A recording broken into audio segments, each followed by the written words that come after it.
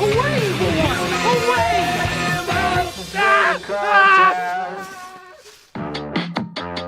In his house in Rillier, Dead Cthulhu waits streaming. You ever played D&D before? No. What kind of character do you play? I play a cultist. But you are a cultist. I'm growing gills. Gills! My transformation into a deep one has finally begun. Father Dagon be praised. Rob, we don't see any gills. The coffee-drinking cultists who meet under the pavilion. I can bring them to you. Did you not bring them to me within 3 days? Then you're back on the menu. Got it? I'm Steve King, and I worship Nyarlathotep. It's the cultists of the Yellow King. We're being infiltrated.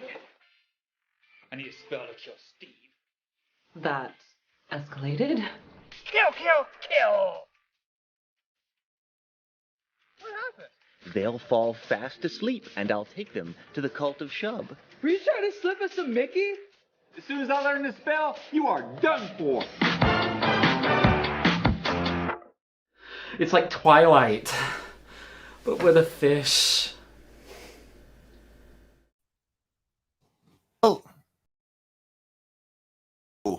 Oh no! What have I done? Give me just a moment here. Can you hear me? Can anybody hear me?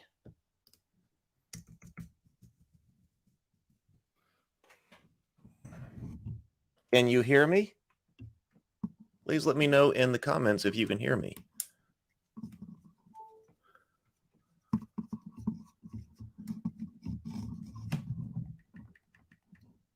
Can you hear me? Okay. All right. Hold on. My camera's not up yet.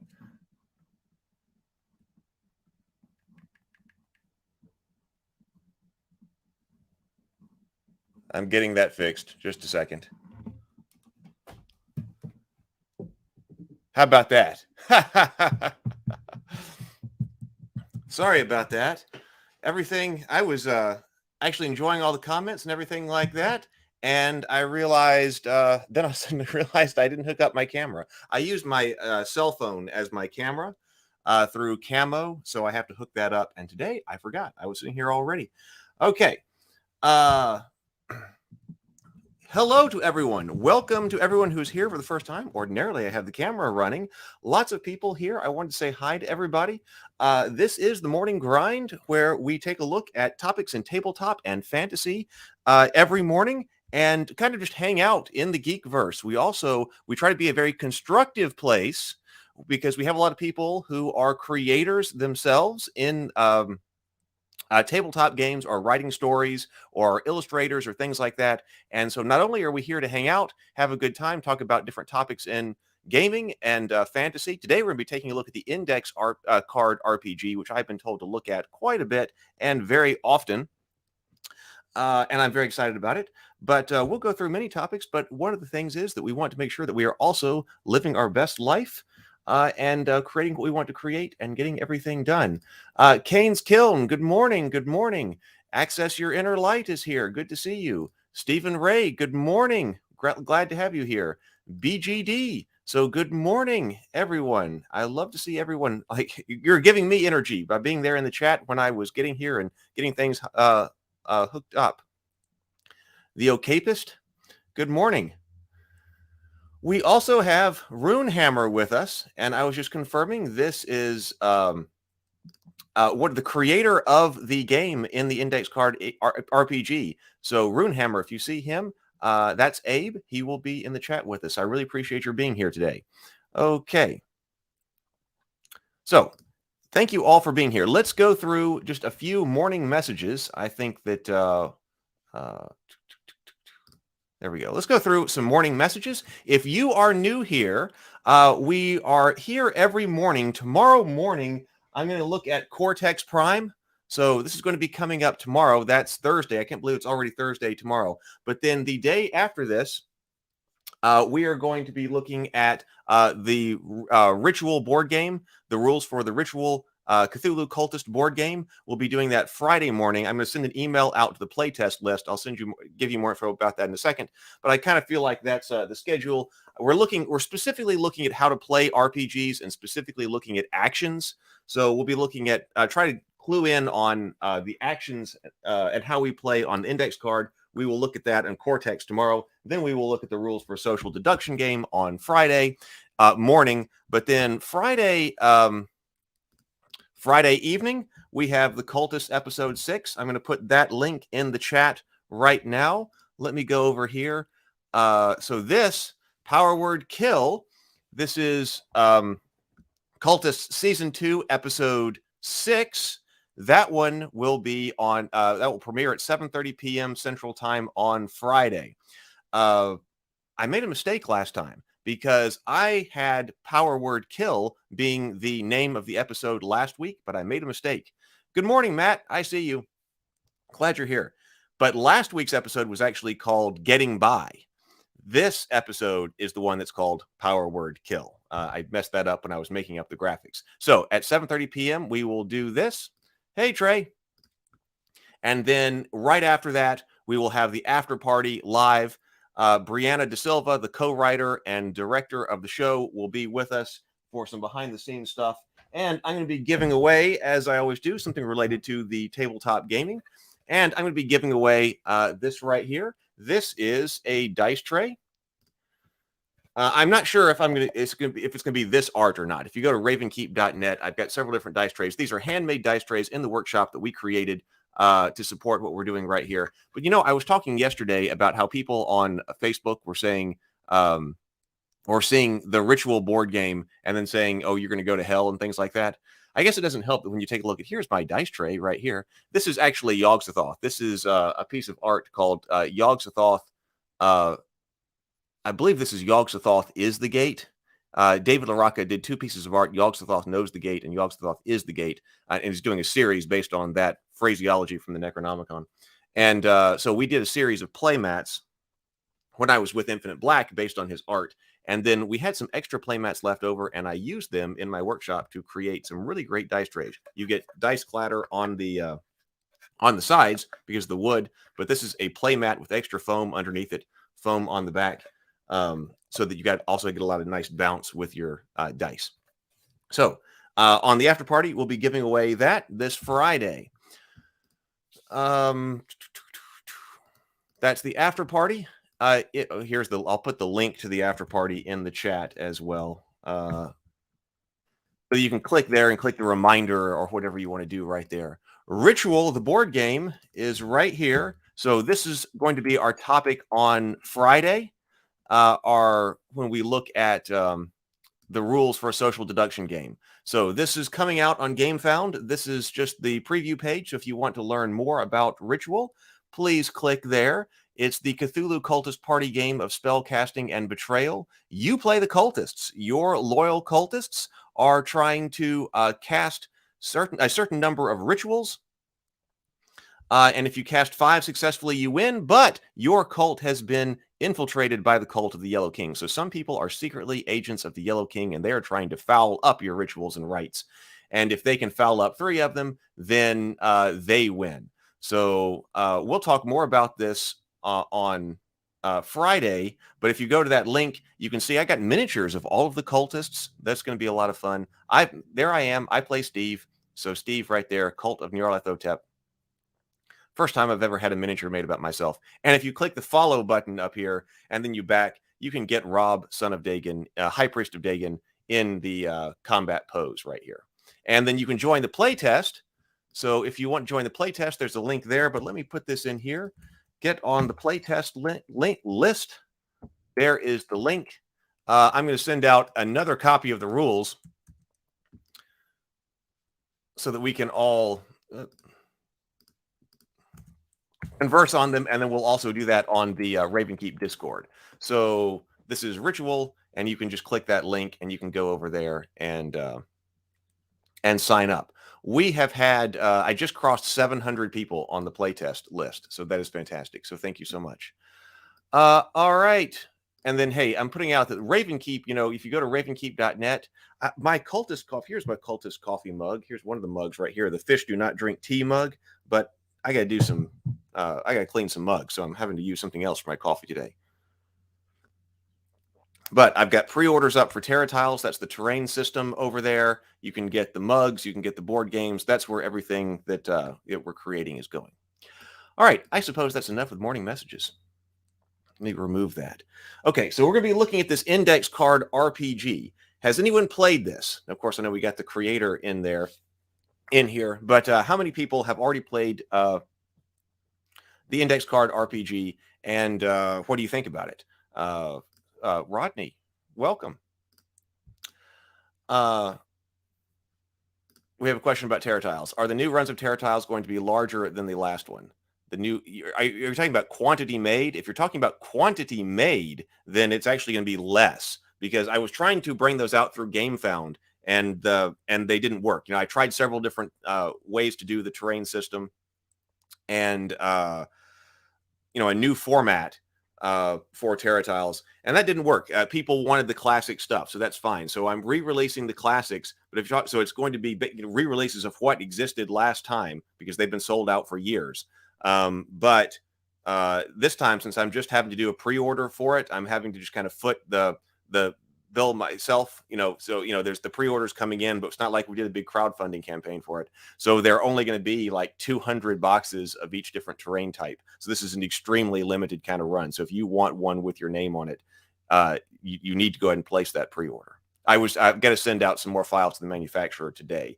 They had a changeover with their the project manager for Terra Tiles over there. So I got to re-update some of the files and make sure they got it. Looks like lots of love in here for the index card RPG. Trey's been advocating for it quite a bit in here. Glock played, GM'd, hacked, supported. ICRPG for life. Rodney says best system ever. Even better is the mindset behind it, the GM theory and the spirit. I am running a campaign since June. All right. Drew says yes. Played the ICRPG game using the supplement by Epic Sloth Games. The waste is not kind. Everyday ICRPG. Lots of love for this game. All right. RPGs for 44 years. ICRPG has been transformative in my gaming experience, BGD says. For the last few years, both as a GM and as a player, it is unique. Played, Sean says, played, run, hacked, chopped, and screwed. Drew says, the stream was recognized by the creator in his Patreon Discord. Oh, fantastic. Fantastic. So that's probably why we have so many people here today for this. Okay, so we're going to get into this, and we're focusing on actions, because like if you say, how do you play an RPG? A lot of things will start with let's see, index card RPG, with like, how do you create a character? But we're trying to get into the meat here and say, what do we do here? Okay, now here's a question. So we've got so many people here. I downloaded stuff from Drive-Thru RPG. I've got the Master Edition Digital. I've got the Quickstart Second Edition 1.2. I'm kind of thinking that since this is a getting to know and understand the game, that the Quickstart guide is probably what I should be looking at. Like if I want to know, how do you play this game? I should probably look at the Quickstart guide. So this is, but if there's somebody has something else that I'm supposed to go look at, or that I need to be specifically going to look at, let me know. But I kind of feel like that's a good way to go. The Master Edition, Trey says the Master Edition. Should I just go straight for the Master Edition? We've been looking at the whole books of other ones.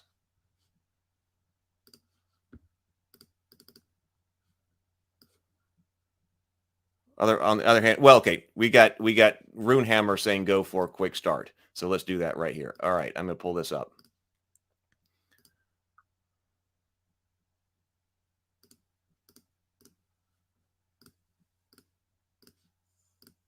All right, let's go quick start guide. Index card. No, wait, that's the Master Edition.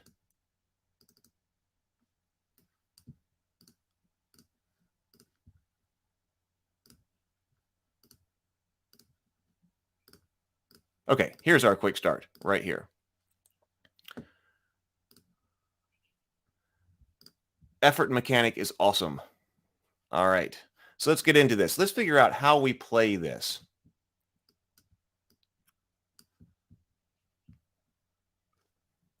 I like to take a look at the content so we can see what kind of thing we have. We have introduction. We have the core system. That's kind of what I think we're going to be zeroing in on here. Player's guide. GM innovations. Okay, and that's what's in here. All right, so let's go into the introduction to find out what this game is actually about. Let me move this. Yeah, Trey says I default to whatever the creator says. Yep, I think that's a good way to go. All right. A D20 system you can command. All right. Whether it's a dead starship in the cold depths of space, the brimstone citadels of the nether realms, the frozen tombs of a primordial past, or the great stone towers of the noblest ages, adventure is everywhere and every when. Here you are, front and center, ready to save the world. ICRPG provides a role-playing framework with a creative mindset and heaps of loot players will need to get the job done. Check out That's All That's Out There, page 76, for a list of comprehensive ICRPG materials that you can add to your arsenal. This PDF will get you started. Okay. The core system, rolling a d20 to attack a monster is just too good to change, but lots of things in tabletop gaming are ready for an upgrade. You know, and we talked a lot about that. I did a whole series of videos here on the channel where we looked at the d20 mechanic for rolling dice, looked at that by math and numbers, and then what would happen if we went over actually to 2d10 or 3d6 and all of that. And we came to some really great conclusions, and there were lots of great comments about the math behind doing actions. All the familiar you need with all the new you'll learn to love. Play as written or cherry pick for your current game. Player's Guide. Quickstart includes character creation for the fantasy world of Elfheim and the cosmos of Warpshell. GM innovations. This has been around the block a few times.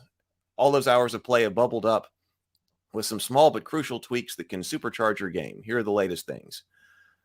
Let's see, what do we need here? Here are the basics.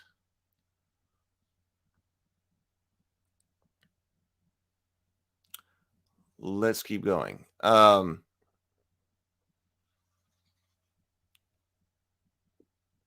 This is a theme. Okay, index cards. Why is this called index cards? Excellent question. Let's find out. Before we dive into the core system, you might be wondering why in the nine hells this RPG is named after the humble index card. There's no drama in these little bits of paper, no excitement, no fantasy, I mean. They're index cards for crying out loud. For reasons that will soon become ever more apparent, you'll see that the index card is a metaphor for the entire way of thinking. Your ideas are delivered in small, digestible bits. You will treasure memorization over book checking. You will divide your game world into tasty little packages. Most of all, you'll be able to create, organize, and execute on the fly as the wacky action of a good RPG session unfolds. Here's why they earned the title spot.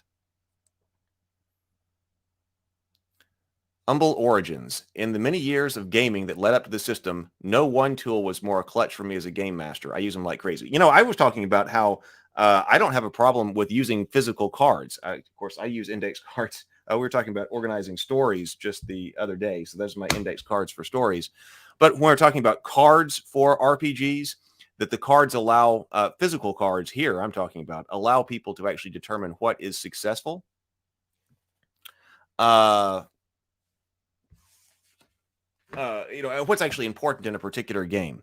So BGD says, also, the ICRPG character sheet is elegantly simple and intuitive, and it helps people new to the game understand the philosophy that underpins it.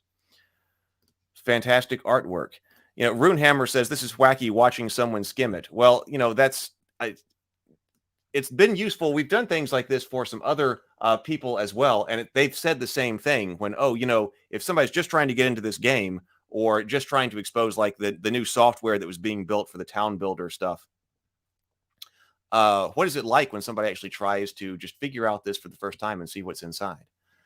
So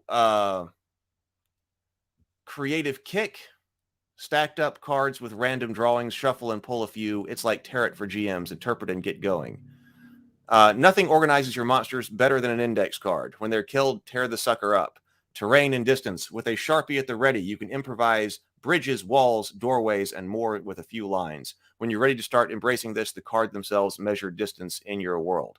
That kind of sounds like, to me, like the zone kinds of things, the zone distances that have been used in a lot of RPGs. And one of the ones that I'm kind of going to, instead of trying to track, the grid system and things like that, we were looking at Fate, and we were looking at the One Ring RPG as far as using like zones and things like that. I think it's a great way to go with RPGs.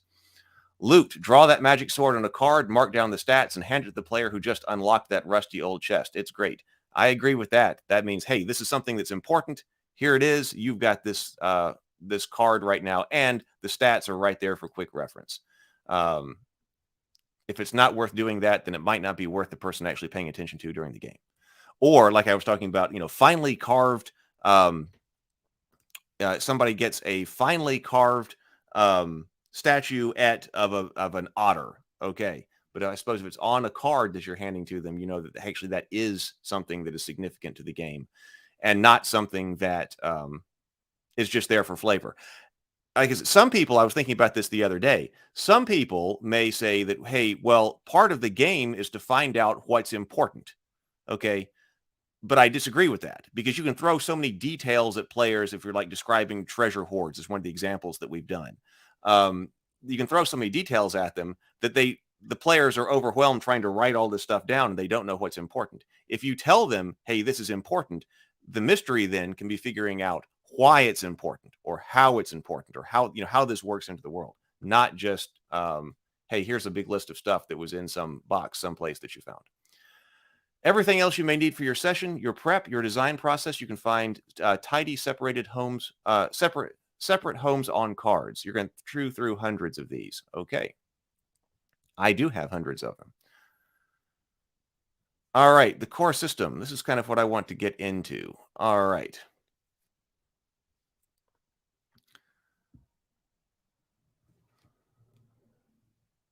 It says many RPGs books and products include an implicit premise. Follow what's written in the book and you'll be playing properly. If it's implied that if a rock giant is listed as having +4 strength, that's official, canon truth. Not here. How to use the ICRPG rules? Short answer, you don't. This is a way of thinking. Your players invest in another system, no problem. The mindset will supercharge your GM style, not a specific rule or written on a dead tree. All right. To fully enjoy ICRPG, you still want the core rules, but the basics are right here. So these are the basics. All right. Effort dice. Guns finally have their own dice category, and magic has been upgraded. Defenses. High armor characters seemed a bit left out in their key stat. No more. Use your defense as a key role with this addition. Stat supply. The amount of points available for your players building characters has been upgraded. Let's be a little more badass. The chosen targets. So much discussion has occurred around the use of the target system in ICRPG. This document takes it a bit further, isolating 4 key values that is all you really need. Fewer decisions equal faster play. Decades. For all you diehard fans out there, you notice that the life forms and types reveal the next chapter. Okay, I don't understand yet. Core system. We are ready to begin. All right. So I guess this is actually to start telling us what we go here. We are ready to begin. Your GM gathers you all at the table, introducing the basic premise of the game ahead. We begin on the deck of a mighty ship. You have your characters ready, some dice scattered about, and a squiggly map on some index cards. One day, while sailing in the open ocean, your ship is attacked by a squad of spear-wielding fishmen. They're climbing over the ship, intent on killing all aboard. Let's get started. The GM looks over to you and says the words that have launched 1,000 epic tales. It's your turn. What do you do? All tabletop role-playing games find common roots at this moment. When it's your turn, you don't simply choose to push a button. The scene as it stands becomes yours to change yours and explore and embellish. This could be as simple as asking how many fishmen are attacking us, or as complex as I will draw my saber, grab hold of the mast rope, and kick loose the real crank, sending me flying into the fishmen, steel blazing. Okay. We know turns in RPGs. So everything in this section describes how the ICRPG handles the turn-by-turn process. All right, well, then the dice start rolling. All right. So sometimes during play, things are feeling loose and narrative. Story is being told, silly accents are being used, or maybe you and your chums are arguing how best to approach the hill giant. Then all hell breaks loose. Fishmen attack your boat. So describe it I guess this is our core mechanic right here. Describe it. Almost every turn you make will start with a description of something you were trying to do, curious about, or want to affect in some way. If you're stumped, just ask for details about what's going on. I'm going to attack the skeleton. All right. Roll the bones. Once the GM hears what you're imagining, he'll let you know what kind of roll is needed and let you know. Roll for it. Roll D20 plus your strength stat. Beat 13. Roll D20 plus dex against 15. So I guess what we're doing here in the ICRPG, tell me if I'm wrong, but then it seems like our core mechanic then is we're rolling a D20. We are adding a modifier to the dice roll, and then we are trying to beat a target number. That's the core of the ICRPG in a nutshell. Is that how we play?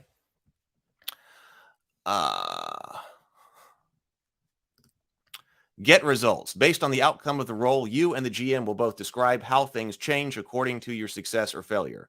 You smash the skeleton, you fly over the gap, or the airlock is jammed shut. Okay, 3 kinds of turns. Unless you spend your turn just talking or looking good, it will take one of 3 forms for every single time. Not only will you get used to this formula, but you will learn to master it, exploit it, and push it to the limit to survive. Better yet, to triumph, here are the 3 types of turns in ICRPG. Action only, move near plus action, move far. Okay. Sometimes you're exactly where you want to be and staying put for this turn. You might attack an enemy with a weapon, look closer at encoded glyphs or symbols, cast upon magic power to cast a spell, move near plus action. Usually you just need to move a little bit to get where you need to be, and then you might do something. Or you use your entire turn to move twice as far as normal. All right, I think we got that. In two of the 3 turn types, you are rolling dice. This means you are taking an action on your turns. Actions are where most of the ICRPG game takes hold of the game and makes itself known. The 3 types of actions differentiated by how much work they take to succeed. We've got checks. So I think that's what we were just talking about over here. Check, D20 roll, plus a stat modifier, beat the target. So, all right, so nothing, so stuff we're already familiar with there. Earlier on, it said that there's enough familiarity in the game. He's almost there. Yeah, we're looking for it. You roll all the bones. Dice are nice.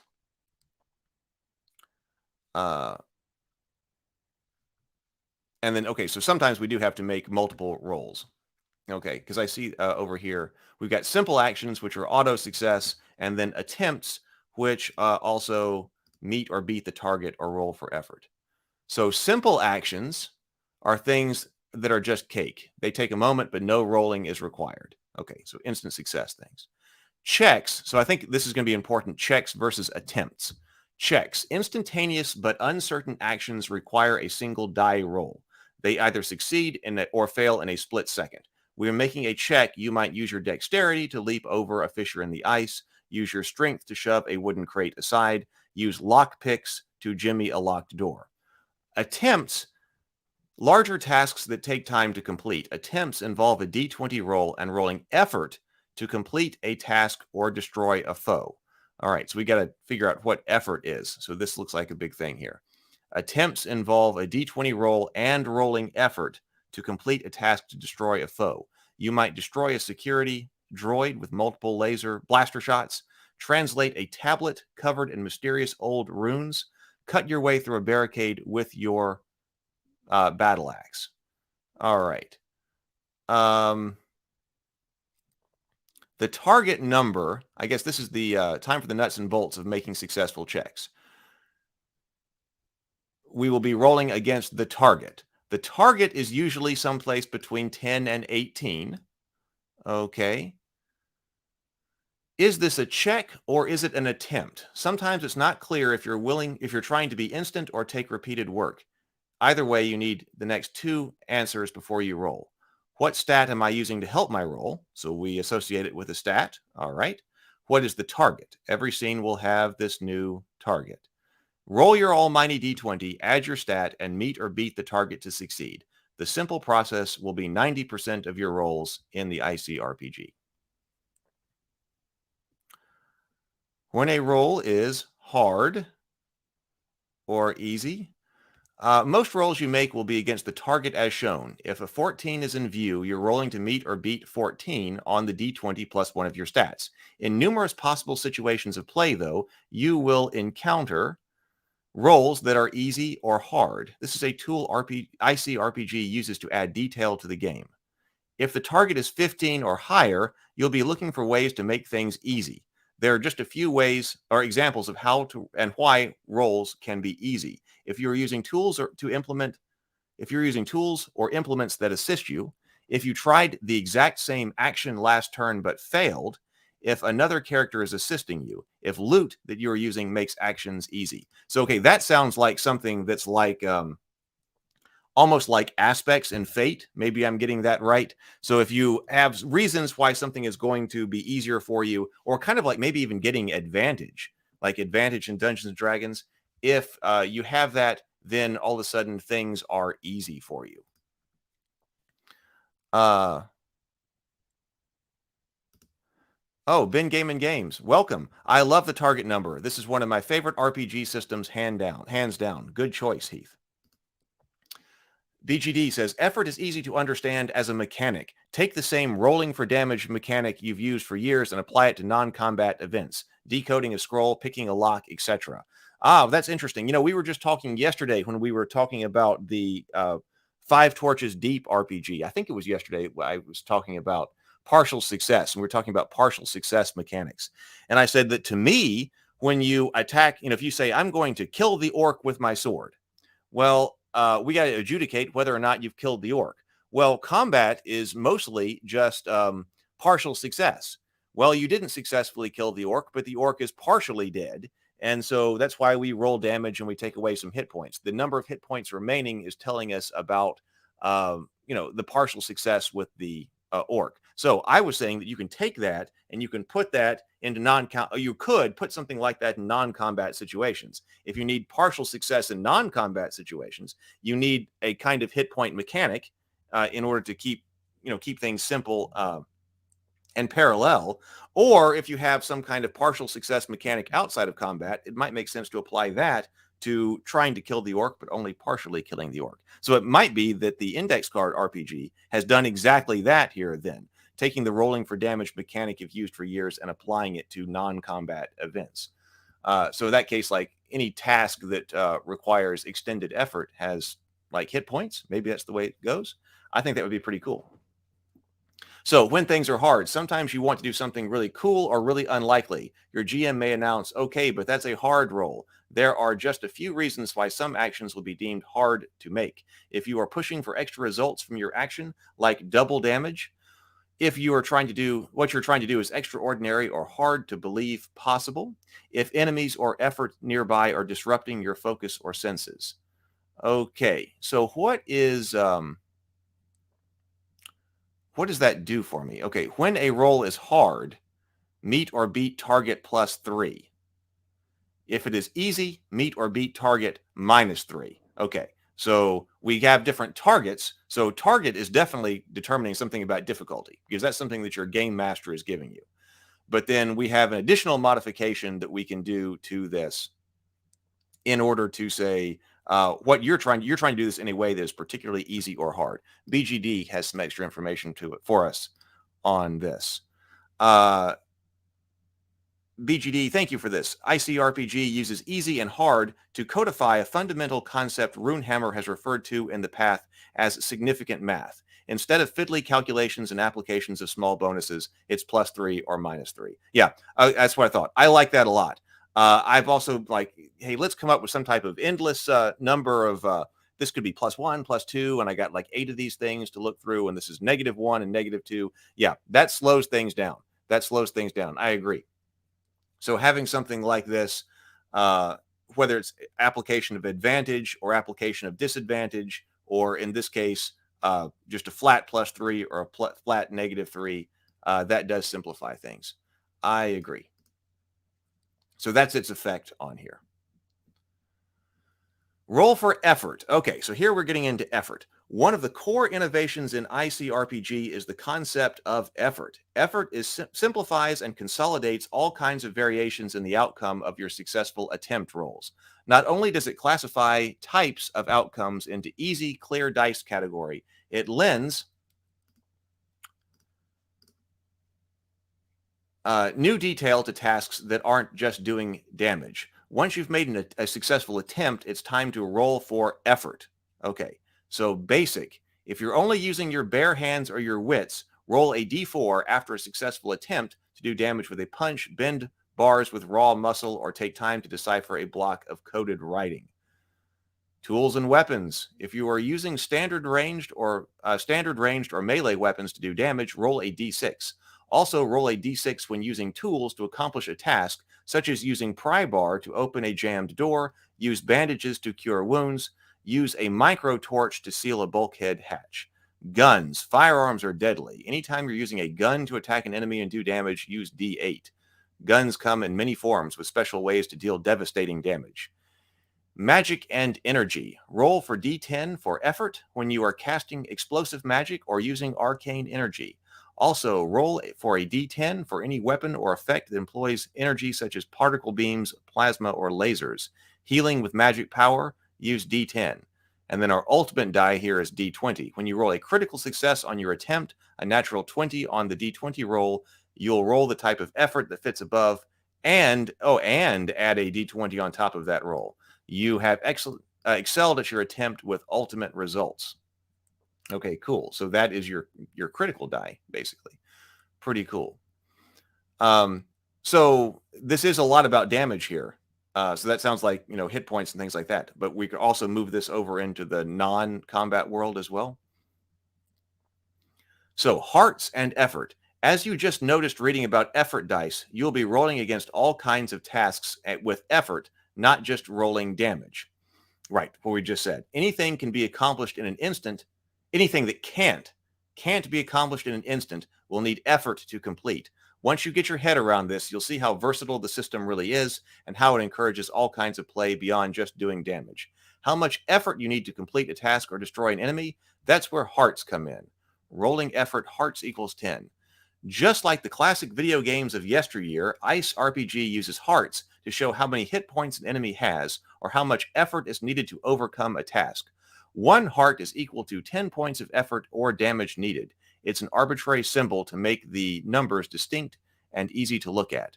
Using a sword, attacking with a monster with 2 hearts, do 20 points of damage with d6 weapon die to be successful. So every heart is 10. 1 heart is equal to 10 points of effort or damage needed. It's an arbitrary system to make the numbers distinct and easy to look at. So that's why it says if you're attacking a monster with 2 hearts, do 20 points of damage. A magical translation spell to decode 1 heart of ancient runes, you will need to roll a total of 10 with your d10 magic die, and it could be done in 1 turn.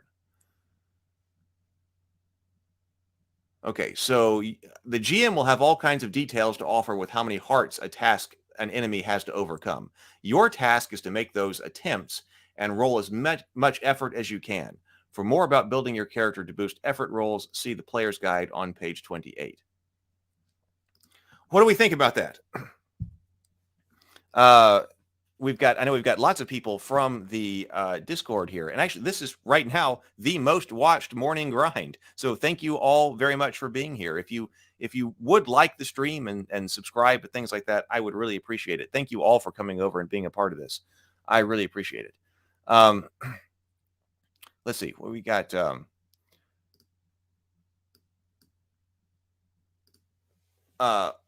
Oracle says ICRPG is awesome. Paladin Pro says, yeah, that's what I thought. I like that a lot. Truly a first time reading ICRPG experience. Yep, that was part of the ideas here because I had done some other RPG read-throughs that were not live and on the channel, but it takes a lot to get into them. So you're seeing somebody go through stuff for the first time here.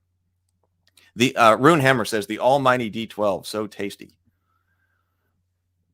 Oracle says effort has many applications as well. Playing sci-fi or cyberpunk, feel a heart of effort to bypass the security system while your party members try to defend you.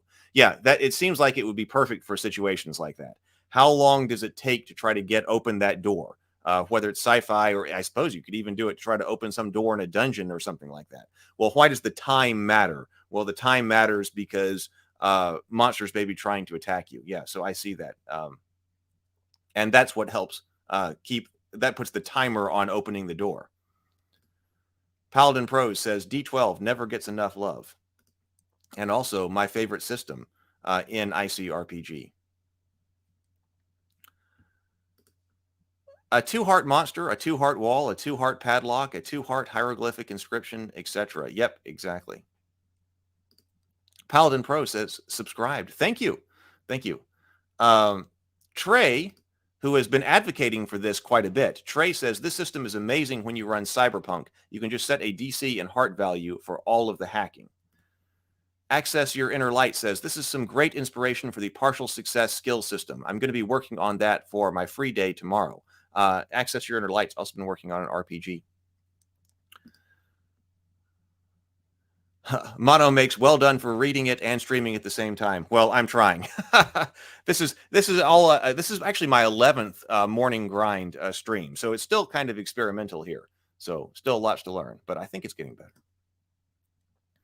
Kane's Kiln says effort is great. It really helps streamline what players need to do and can help GMs easily fine-tune challenges as needed. Combine effort with a timer and you've got a lot of fun. Yeah, I agree. I see where this is going, and I agree. I know why a lot of people have been recommending this to me, because I've been talking a lot about what I would want an RPG system to do. And simplicity in design and play for the GM is really important. Okay, let's go over here and take a look at this some more. Whoop. The core system. All right, movement and distance. Close, near, and far. I like that. I like that, and I like the zone kinds of systems. I have basically 2 different styles of play. The more narrative kind of style of play, which is the way that I'm moving toward now, because to me, gaming time is valuable, and I can pack a lot more adventure into that time when people sit down to play. But then also the highly tactical. I do really appreciate that. Like Hackmaster, I got to play Hackmaster with the creators of Hackmaster at Gen Con one year and learned its system. And its combat system is so much fun. But it's basically like a tactical war game. Like what you're doing is playing that game as a combat system. And there's nothing wrong with that. But I'm having trouble marrying those two.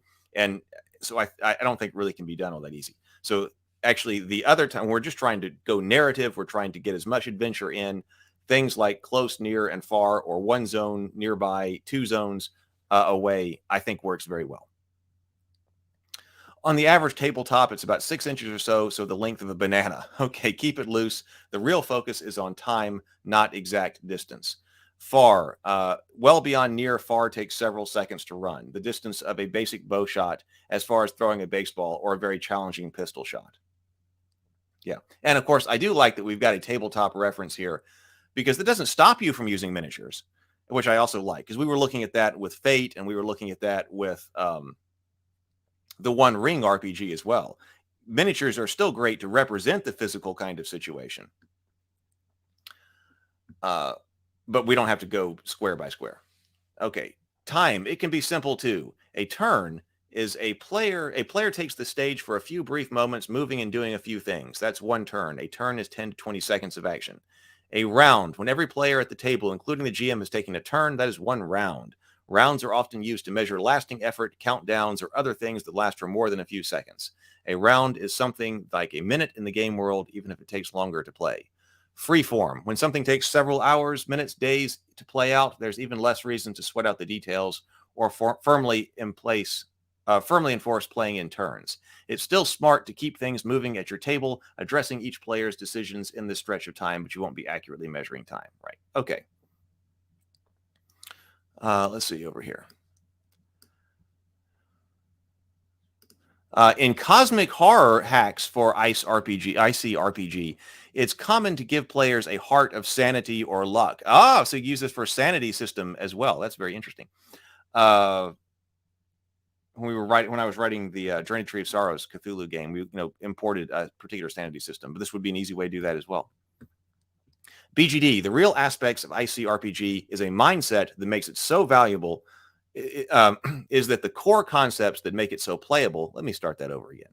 The real aspect of ICRPG as a mindset that makes it so valuable is that the core concepts that make it so playable are modular and can be cherry-picked and dropped into any RPG to benefit play.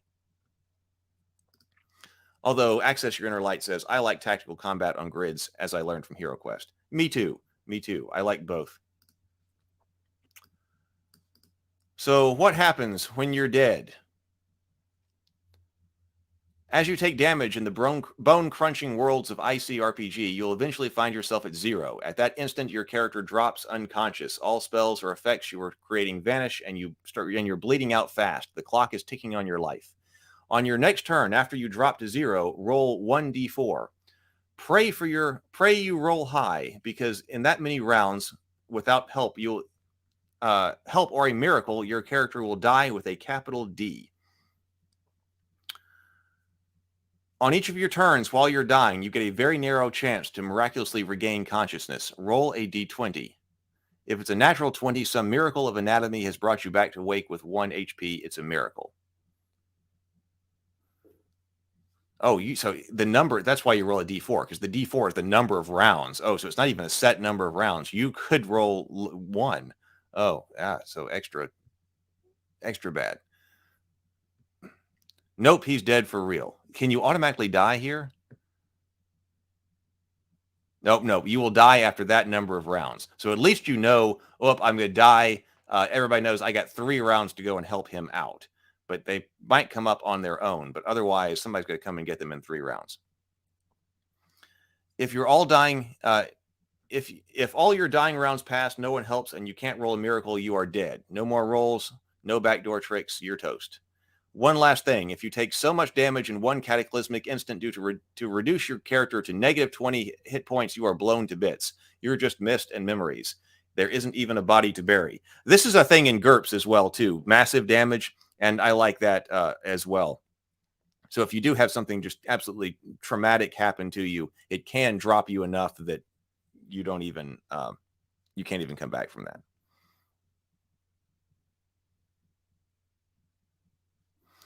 Runehammer, I like when people say, smell you later. Access in the Inner Light says, I like that. Death should be scary in RPGs. Very old school. So, recovery. Anytime during play, sacrifice your turn to pause, regain your breath, bind a few cuts, and recover your gusto. To do so, roll a d20 plus your con stat and meet or beat the current target. If you can do so, regain your con stat plus 1 in HP instantly. Now get back in the fight. So it's d20 plus your con stat. And if you meet or beat the current target, regain your con stat plus 1 in HP.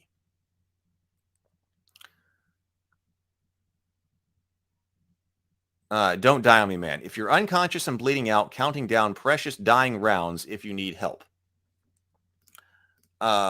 An ally can reach you and make a successful roll with intelligence or wisdom stats on the current target. Your dying timer stops and it in its tracks. You're stable but unconscious and owe your life to that ally. Be it through magical means, D20, or medical tools like bandages, you and your allies can heal yourself during battle. There are many ways to heal and be healed, as you will discover in play. All right. Now we are to start bending the rules. So we've been going for about 50 minutes here. I feel like I got off to a weird start because I didn't have the camera hooked up. But we'll be going for about another 10 minutes. Is there something specific that I need to check out? So let's find out about the hero coin, the coin. Oh, we might be getting actually close to the end of this because this is a trial scenario. Okay, cool. So let's take a look at the hero coin, the legendary hero coin. If you have all of the roots of the game system now, you're ready to start bending the rules. That's what they're made for anyway. As you go deeper into things, you'll get all kinds of abilities and loot that will make things get crazy. Before these days come, though, it's time to learn of ICRPG's final feature, the hero coin. If we haven't talked about it much yet, but a great session of tabletop play owes itself to exciting, sincere, inventive, role-playing by players. This elusive element of the hobby is the topic of much discussion.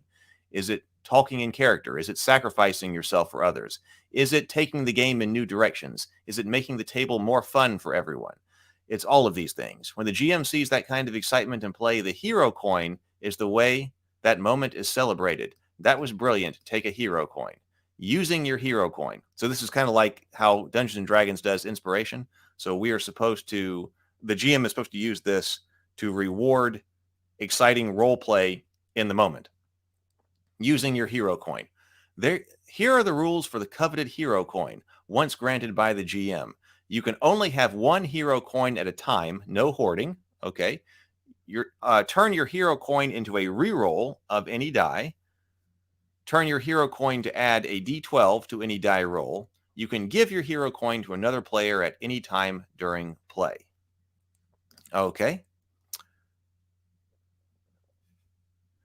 BGD says, a big part of the tone of ICRPG is that character hit points stay low. Many characters have 1 heart for their entire tenure, and PCs with more than 20 HP are rare. Okay, well, that is also very important. Thank you very much for bringing that up, because I do not like inflationary hit point systems. I talked about that in some other video as well. So that's, I think, when combat starts to get really whacked out. If you balance all of this, like we're talking about here with these heart systems and things like that, and all of a sudden, as you go up in level, you're still getting more and more hearts and more hit points, things start to get out of whack really fast. I think the game should be balanced around some specific number of them, and then you don't have this inflationary effect during the game. So that is great to know. Hero coin or hero corn? It's got the juice. Runehammer says it's like inspiration, but without the terrible. Yeah, there's a really good article that the Angry GM wrote about why inspiration in Dungeons and Dragons is not really doing what it's supposed to be doing. And I tended to agree with that. We'll probably take a look at that sometime in some stream. Because, yeah, I also agree that inspiration, as it's written in D&D, doesn't actually do what it's supposed to do. Drew says, yeah, I had a 2-heart character, and he was basically indestructible relative to the other heroes. So that matters. I like that it matters. Reducing HP, BGD says, reducing HP for both PCs and monsters also keeps combat from being a big slog too, which I do not like as well, right? Combat needs to be fast, intense, exciting. I also hate the let's grind down everybody's hit points for, forever. Inspiration creates limbic bafflement. I'll have to check that. I'll have to think about that. Okay, so what else? Is there other things in here that we need to look at? I'm glad that we looked at the quick start rules, because we do have other things in here. We've got the Gray Hill Inferno. Below is a trial scenario to get you warmed up and rolling dice. No amount of reading teaches us as much as rolling dice. We could try that one day. There's a lot of different things that we could do, because I do have the auxiliary camera kind of working over here. I might need a better one, but I've thought about putting some things out so we can actually see some dice being rolled and move things around and try out different games.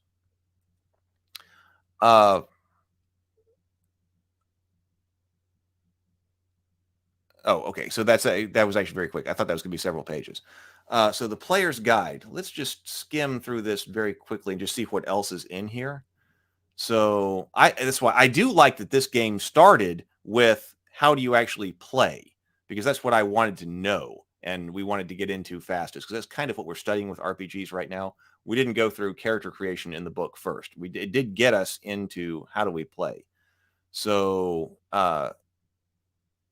here is information about the character sheet. People are talking about really liking the character sheet. So here is the character sheet. And here's the character sheet. So we are using strength, dexterity, constitution, intelligence, wisdom, and charisma. Looked like we had that. One actually says, what world is this? Start with your character world, name, make it cool, life form, type, and story. That's who you are, what you are, and how you wound up being outside ordinary life on the road to adventure. Familiar 6 stats. We also have life form and loot to top them off. Build your stats to fill the concept of who the character is. Number 3, So this is where we are recording our effort bonuses. Think of it as your training. Okay, so it's not just rolling dice, but we're also adding bonuses to that effort roll because of training. Okay. 4. This is a cluster of critical status info. Track your hit points. Defense is used to track your armor and toughness. Mark an X when you have a hero coin and record a dying roll here when you make one. So, yep, I see defense, I see hero coin, and I see dying. Loot, keep track of inventory. As you progress, you'll unlock abilities starting with 2 and max of 5. 6 abilities, okay? Powers. Powers are more rare than abilities and will set you apart. And then augments. In some worlds, you are boosted by cybernetics. And then mastery is a way to track natural 20s and gain more abilities. 9. Mastery. This is this track right here. Okay, very interesting. Well, I think that once we start studying character creation in different games, we'll come back and we will look at this again. I think that's a great way to go because originally we were just trying to look at entire systems. But I think studying one particular type of a system or particular aspect of a system, in this case, mainly actions, has been a good way to go and then take a look at actions across a multitude of different systems. So that does mean that we will get to come back to this. We'll get to come back to this game when we talk about character creation, or like we looked at wilderness rules and exploration rules. I think that needs to be an important part of things as well. Could you not see the character sheet? Let me see if I can just bring that up. Do I have a character sheet here? Oh, I do. Let me see. This might be easier to see. I will bring this up if I can.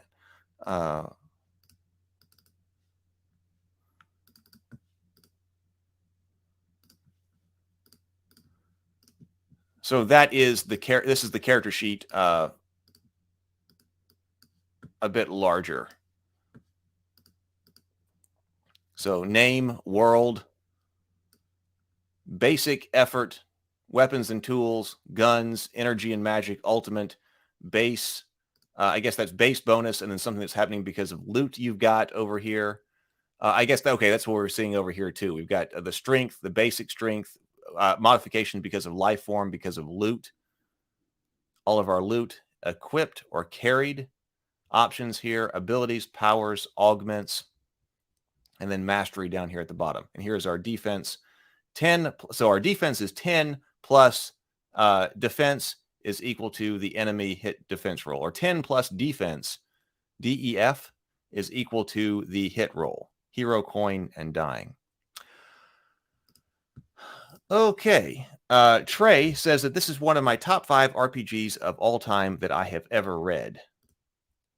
Lots of love for this. I'm going to dig into it a lot deeper myself. Kane says, woot. BGD says, the ICRPG's inventory system is playable genius. 10 equipped loot items you can use and benefit from directly, and 10 more carried items that you can access when you need them. All right, well, that seems very easy and straightforward. We talked about different systems that use bulk ratings or things like that, but that is simpler. Bill asks, Heath, would it be possible to include a weekly summary of what games topics your streams cover during the week, like an week in review added to an email? Maybe. The reason I don't put that out in advance, or hadn't been putting that in advance, is because I've basically just been deciding it on the day before. And then what I do is I go ahead and schedule the thing on YouTube. So I was trying to schedule myself a little bit out in advance, going, okay, we'll do Cortex tomorrow, and then we'll do the ritual game on Friday. Seems like since we're watching the Cultists Friday night anyway, it seems like it would be a good time to do the Cultists, or do Ritual, the game based on the Cultists, on Friday. If I'm going to write out summaries and things like that, then I would have to write them. So I don't know. We will see. No details, just the names. After the fact, we can refer to them. Maybe. I will see. I'm trying to simplify my lists of stuff as far as email lists and things like that go, because I maintain several of them based on people's interest, and that's actually a lot of work on my part. So I'm trying to simplify that. So I'll think about that. I will think about that. Okay, well, we are coming. I really appreciate everybody being here. This was, I think, really good, despite my false start, but I think I recovered. One of the things that I want to talk about, we're coming up on an hour here, so this is kind of the end of the RPG part of this. But I do want to talk about and maybe get your feedback here, because I also want this to be a positive place, like I said, a constructive place for talking about not only games and RPGs, but there are a lot of people who are creative in this area, whether you're drawing or whether you're doing illustrations or whether you're a writer, whether you're trying to do it professionally, or even if you're not, even if you're just a fan or you're creating these things for your friends at your house, or you're just, people who are fans of fantasy and tabletop in general. I want to be sure that we have some type of supportive environment. I'm thinking about having some type of bonus here at the end. I've been talking about, the adventuring life. I sit at the computer a lot. Well, first of all, a lot of us sit alone. I'm here at the house alone. This is one of the reasons that I decided to start this live stream, is because I was like, well, there are a lot of things that I'm trying to do and trying to accomplish, but I realized that for a long time, I have just been sitting here in this house alone. And that has not been very motivating. That can be detrimental. Sometimes it's very good to be alone and be able to get lots of your creative work done. But if it goes on too long, then sometimes you, especially if you're me, you start to go down. Your energy level starts to go down and things like that. And so I decided to start this live stream in order to try to converse about tabletop and fantasy with people, but then also maybe support each other if we're trying to get things done that other people around us might not support, right? And Brianna and I have been trying to do that with our stories. That's why I was working with my index cards for writing. She and I are meeting this afternoon to talk about stories, because she's been writing screenplays and novels, and I'm working on my stories for the novels as well. And that having somebody like that is really important to help you out. So I realize I'm kind of rambling here, but this is because I just have an idea here about not only the enjoyment of the topic that we cover during the stream in the morning, but then also some type of little extra here at the end to make sure that we are all healthy and happy. Because I have seen in the comments here about people saying, well, I don't really have a whole lot of people to talk to, or I don't have a whole lot of friends who are into this kind of thing, or, we have people who don't understand fantasy and tabletop games and sci-fi and things like that. So we need good places to hang out. And I would like for one of those to be there to not only promote, not only talk, but also like going and doing things that our D&D adventurers can do. Like, for instance, I'm trying to think of different systems. So, systems that we need to improve, not only our creativity, but our, like, for instance, health and sleep. I've been advocating going for walks, trying to get together like a hiking pack, or even just walking outside and being able to do some of the things that even our D&D characters can do. So I don't know. That's just kind of like my idea here, right here at the end. What do you think about that? Like, does that help? Like, I want this to be a positive experience, and that makes all of our lives better at the end of this. So Oracle says the Runehammer Discord, the Shield Wall, is honestly one of the nicest places to be online. Well, that's nice. I'm on Discord. I might try to check that out. I was trying to find out if there was like an ICE RPG or ICRPG Discord, but I didn't see it. So yeah, is there a link to the Discord? Put it in and we will come and visit. Oracle says, I've seen a few of your videos before and enjoyed them, so now I'm subbed. Thank you very much. People are talking about, are you talking about this Skeletor? I gotta get out of here in just a minute, because typically we just go for an hour. But is everybody talking about this Skeletor? I've got the Skeletor from the movies right here. Well, you might be talking about this Skeletor too.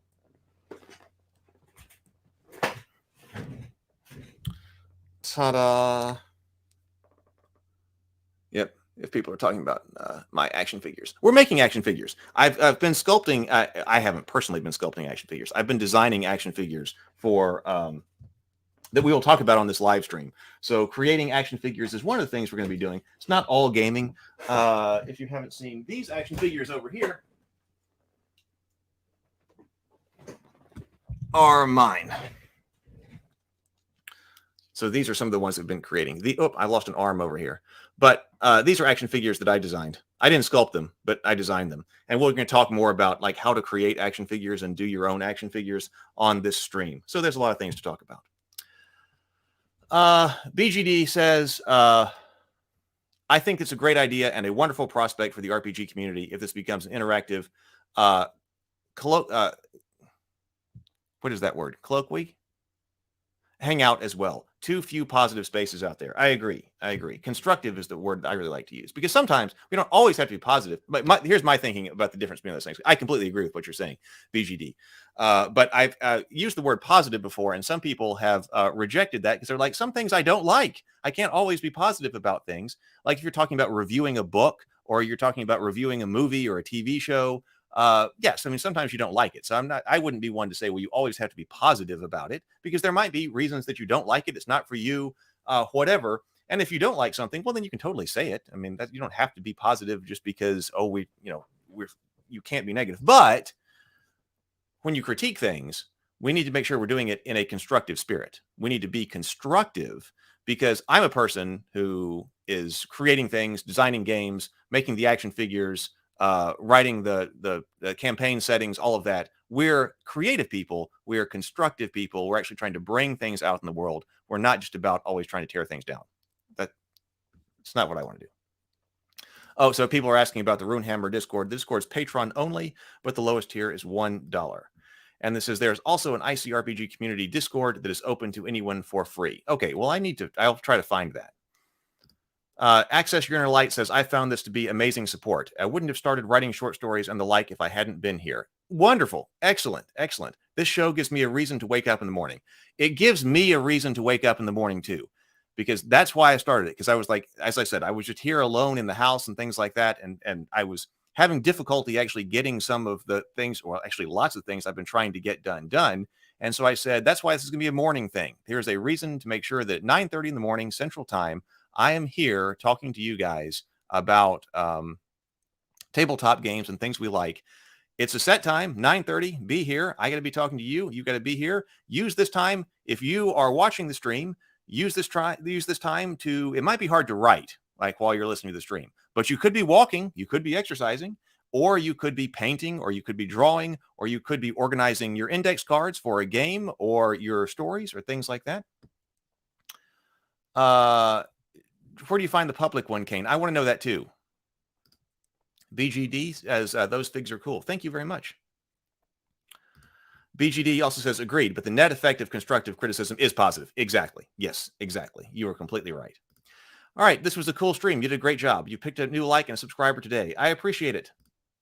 Thank you very much. Nice stream. The GM tips and ICRPG are the best in any system I've seen. All right, we'll get back to that. I think that, like I said, I think studying all these RPGs by topic is the way to go. So GM topics and streams and things like, or the topic of how to be a GM in a bunch of different systems is I think a good one to do as well. As for any system, takes what is cool and rip it out, and it's hard to make a Frankenstein together. Okay, I agree. All right, so I got to go because it's time to be productive. I've got writing to do, stories, meeting with Brianna about stories, RPGs to write. I will see you tomorrow for a look at the Cortex RPG. So I will see you later. Make sure you drink